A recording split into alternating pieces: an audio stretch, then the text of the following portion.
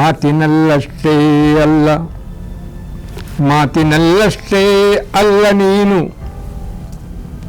ಅದಕ್ಕೆ ಈ ಹುಟ್ಟು ಕುಳ್ಳ ಇದ್ದಾನಲ್ಲ, ಒಂದು ವೇಳೆ ಅವನಿಗೆ ಕಣ್ಣು ಬಂದರೆ ಅವನು ಮೊದಲು ಮಾಡುವ ಕೆಲಸ ಯಾವುದು? ಫಿಲಾಸಫಿಯನ್ನು ಹೀರಿಕೊಳ್ಬೇಕು. ಸೂಫಿಸಮ್ ಎಂಥದ್ದು? ಆಸಕ್ತಿ ಇದ್ದವ ಹತ್ತಿರ ಓಡಿ ಬಂದು ಕೂತ್ಕೊಂಡು ಇನ್ನೊಮ್ಮೆ ಹೇಳಿ. ರುಚಿಯಲ್ಲಷ್ಟೇ ಅಲ್ಲ ಸಜ್ಜನ್, ರುಚಿಯಲ್ಲಷ್ಟೇ ಅಲ್ಲ ಸಜ್ಜನ್, ಶುಚಿಯಲ್ಲಷ್ಟೇ ಅಲ್ಲ ಸಜ್ಜನ್, ರುಚಿಯಲ್ಲೂ ಇರುವೆ. ಒಳ್ಳೆ ಕಾವ್ಯದಲ್ಲಿ ಆಸಕ್ತಿ ಇದ್ದವರಿಗೆ ಅಲ್ಲಿ ಜಾತಿ ಮತ ಹೆಣ್ಣು ಗಂಡು ಆ ಭೇದವೇ ಇಲ್ಲ.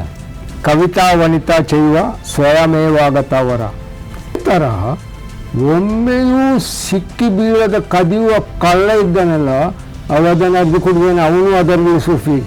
ವೀಕ್ಷಕರೇ, ಸಾವಿರಾರು ಕವಿಗೋಷ್ಠಿಗಳ ಅಧ್ಯಕ್ಷತೆಯನ್ನು ವಹಿಸಿರುವ ಕಿರಿಯ ಕವಿಗಳಿಗೆ ಮಾರ್ಗದರ್ಶಕರಾಗಿ ಬಹಳ ಪ್ರಸಿದ್ಧರಾಗಿರುವ ಗಜಲ್ ದೊರೆ ಮುಹಮ್ಮದ್ ಬಡ್ಡೂರ್ ಅವರ ಜೊತೆಗಿನ 16ನೇ ಎಪಿಸೋಡಲ್ಲಿ ನಾವಿದ್ದೇವೆ. ಗಜಲ್ ಕಹಾನಿ 16ನೇ ಎಪಿಸೋಡು.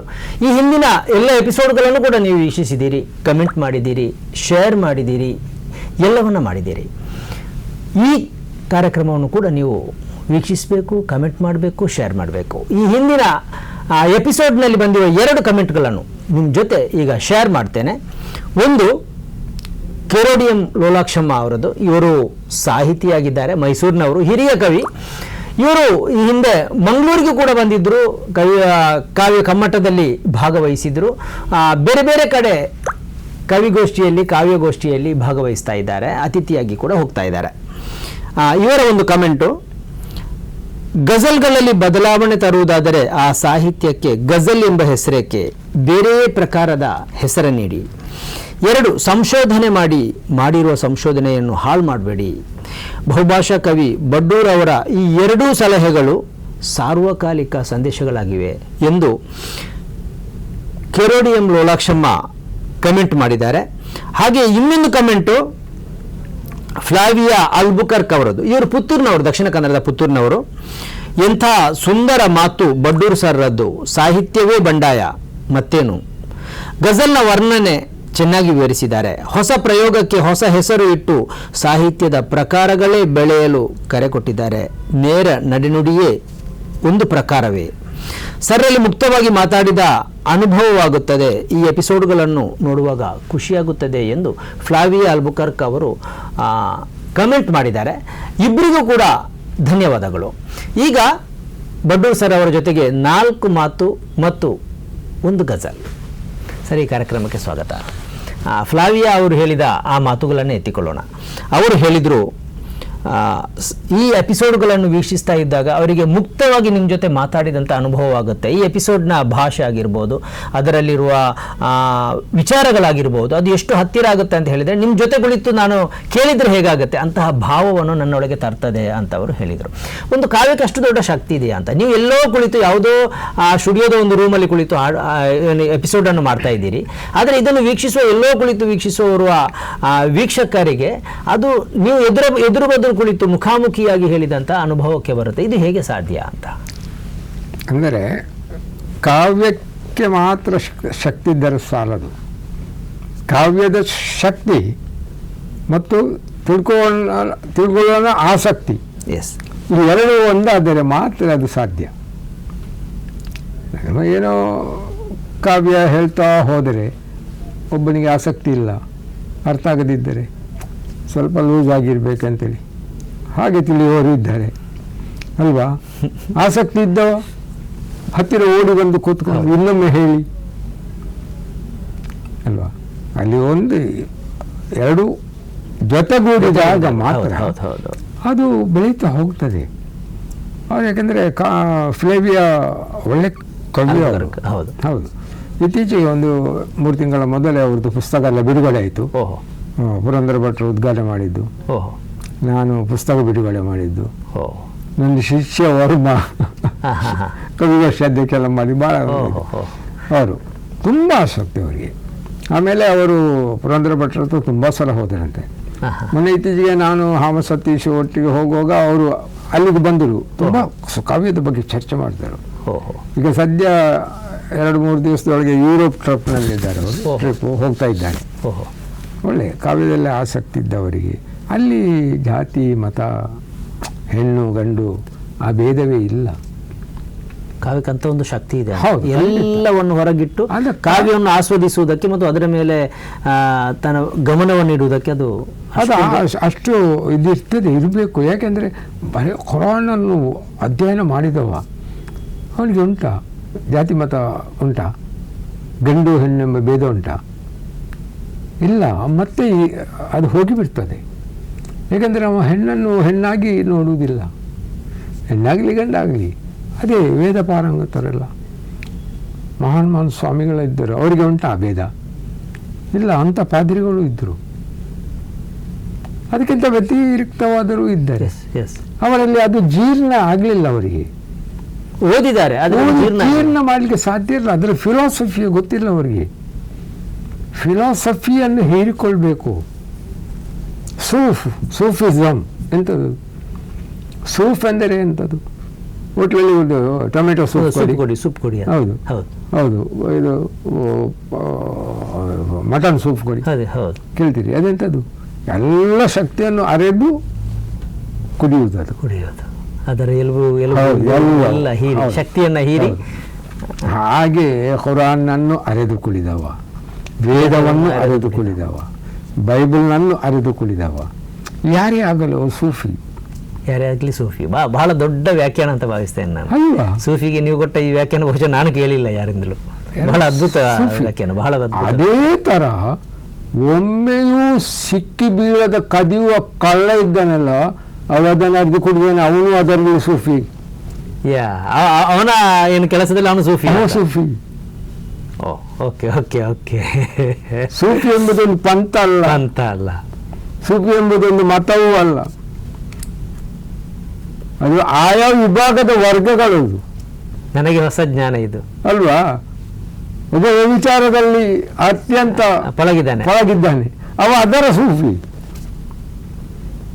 ಅದನ್ನ ಅರೆದು ಕುಡಿದಿದ್ದಾನೆ. ಹೌದು, ಜೀರ್ಣ ಆಗಿದ್ದಾನೆ. ಹೌದು. ಅವ ಅಲ್ಲಿ ಸೂಫಿ ಆಗ್ತಾನೆ, ಕಳ್ಳ ಇಲ್ಲಿ ಸೂಫಿ ಆಗ್ತಾನೆ, ಸುಳ್ಳ ಅದರಲ್ಲಿ ಸೂಫಿ ಆಗ್ತಾನೆ. ಅಲ್ವಾ?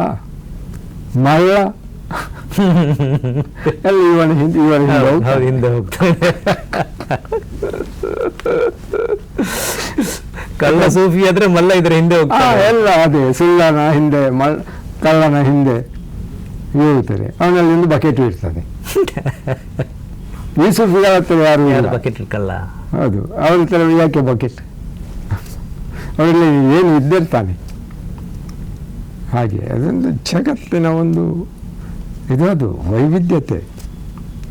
ಓಕೆ, ನೀವು ಈ 15 ಎಪಿಸೋಡ್ಗಳಲ್ಲಿ ಕೂಡ ಭಿನ್ನ ಭಿನ್ನ ವಿಚಾರಗಳನ್ನು ಮಂಡಿಸಿದ್ದೀರಿ. ನಿಮ್ಮ ಅನುಭವದ ಮೂಸೆಯಿಂದ ಬಂದ 10 ಹಲವು ಮಾತುಗಳು ನನಗೂ ಕೂಡ ಹೊಸತ್ತು, ನನಗೂ ಕೂಡ ಕಲೀಲಿಕ್ಕೆ ಜ್ಞಾನ ಸಿಕ್ಕಿದಂಥದ್ದು. ಇದು 16ನೇ ಎಪಿಸೋಡ್. ಇದರಲ್ಲಿ ನೀವು ಸೂಫಿಯ ಬಗ್ಗೆ ಕೊಟ್ಟ ಈ ವ್ಯಾಖ್ಯಾನ ಇದೆಯಲ್ಲ, ಬಹುಶಃ ಈವರೆಗೆ ನಾನು ಕೇಳದೇ ಇರುವಂಥದ್ದು ಮತ್ತು ನಮ್ಮ ವೀಕ್ಷಕರಿಗೆ ಕೂಡ ಬಹಳ ಹೊಸತ್ತು ಮತ್ತು ಅವರಿಗೆ ತಿಳ್ಕೊಳ್ಳಿಕ್ಕೆ ಈ ಗಜಲ್ ಎಪಿಸೋಡನ್ನು ಯಾಕೆ ಅವರು ನೋಡಬೇಕು ಅಂತ ಹೇಳಿದರೆ ಈ ಕಾರಣಕ್ಕೆ ಅಂತ ನಾನು ಭಾವಿಸ್ತೇನೆ. ಅದೇ ನೆಚ್ಚಿ ತಿನ್ನಲು ರುಚಿ ಬಣ್ಣ ತುಂಬಿದ ಅತ್ತಿ ಹಣ್ಣು ಈ ವಿಶ್ವವು. ನೆಚ್ಚಿ ತಿನ್ನಲು ರುಚಿ ಬಣ್ಣ ತುಂಬಿದ ಅತ್ತಿ ಹಣ್ಣು ಈ ವಿಶ್ವವು. ಮೆಚ್ಚಿದರೆ ನೀ ನುಂಗು ಸುಮ್ಮನೆ, ಮೆಚ್ಚಿದರೆ ನೀ ನುಂಗು ಸುಮ್ಮನೆ, ಬಿಚ್ಚಿದರೆ ಬರಿ ಕೀಟವು.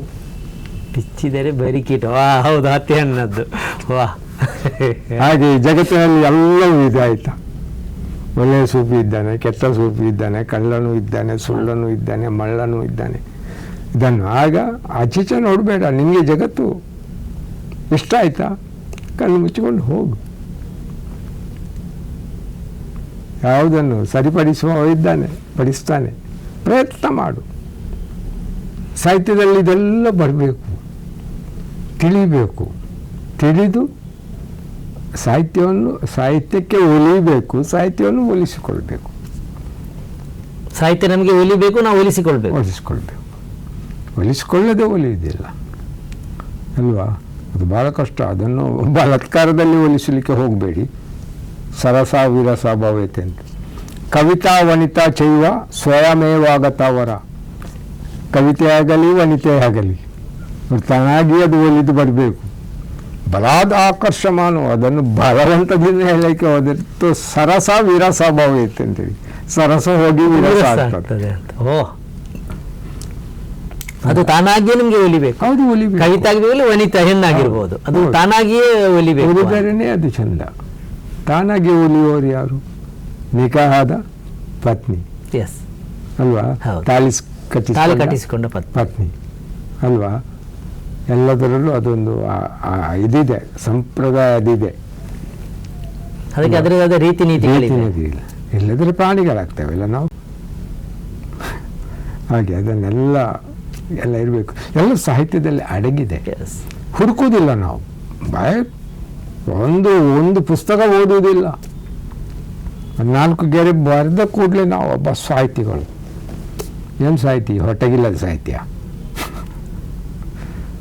ಅದಕ್ಕಾಗಿ ದುಂಬಾಲು ಬಿದ್ದ ಸಾಹಿತ್ಯಗಳು ಎಷ್ಟೇ ಇದ್ದಾರೆ ನೋಡಿ. ಬಕೆಟ್ ಹಿಡಿದು ಎಷ್ಟನ್ನು ಪಡ್ಕೊಳ್ಳುವ, ಕಂಗಾಲಾಗುವಂಥವ್ರು ನೋಡಿ.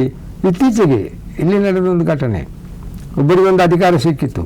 ಅವ್ರು ಮೊನ್ನೆಂದು ಕಡೆ ಹೇಳಿದ, ನಾನೊಂದು ಪಾರ್ಟಿಯ ಒಂದು ಮಾತಿನಲ್ಲಿ ಹೇಳ್ತಾನೆ, 1 ರೂಪಾಯಿಯ ನಾನು ಅದರ ಸದಸ್ಯನಲ್ಲ, ನಾನು ಯಾರ ಹತ್ರ ಈ ಸ್ಥಾನವನ್ನು ಕೇಳಿ ಹೋಗಲಿಲ್ಲ, ನನ್ನ ಅರ್ಹತೆಗೆ ಇವನಿಗೆ ಏನು ಅರ್ಹತೆ ಇದೆ, ಸಾಹಿತ್ಯ ಇವ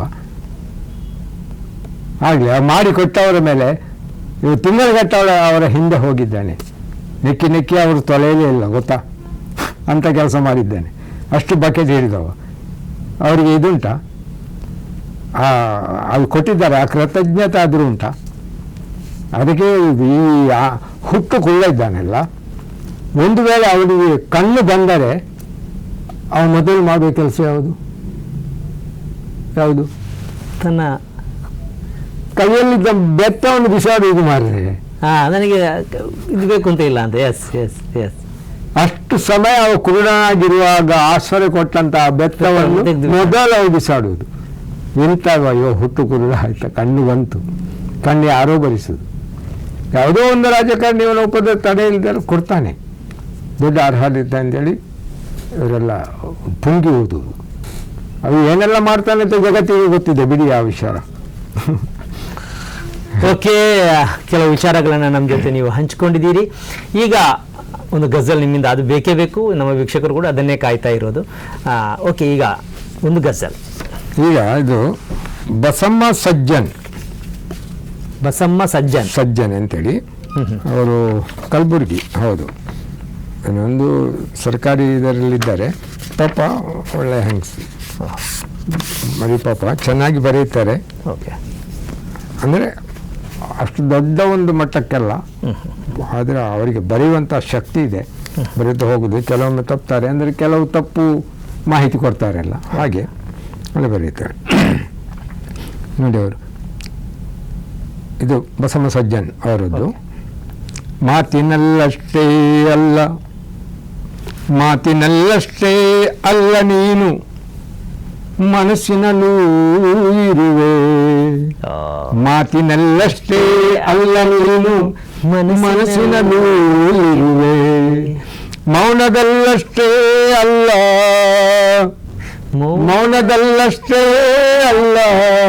ಮಿಡಿತದಲ್ಲೂ ಇರುವೆ. ಮೌನದಲ್ಲಷ್ಟೇ ಅಲ್ಲ ಮಿಡಿತದಲ್ಲೂ ಇರುವೆ. ಮಾತಿನಲ್ಲಷ್ಟೇ ಅಲ್ಲ. ಸಂದಿಗ್ಧ ಪರಿಸ್ಥಿತಿ ಗೆಲ್ಲಲು ಮನಸ್ಥಿತಿ ಬೇಕು. ಸಂದಿಗ್ಧ ಪರಿಸ್ಥಿತಿ ಗೆಲ್ಲಲು ಮನಸ್ಥಿತಿ ಬೇಕು. ಯುದ್ಧದಲ್ಲಷ್ಟೇ ಅಲ್ಲ ವಿಜಯದಲ್ಲೂ ಇರುವೆ. ಯುದ್ಧದಲ್ಲಷ್ಟೇ ಅಲ್ಲ ವಿಜಯದಲ್ಲೂ ಇರುವೆ. ಬದುಕಿನಲ್ಲಿ ಸುಖ ದುಃಖಗಳು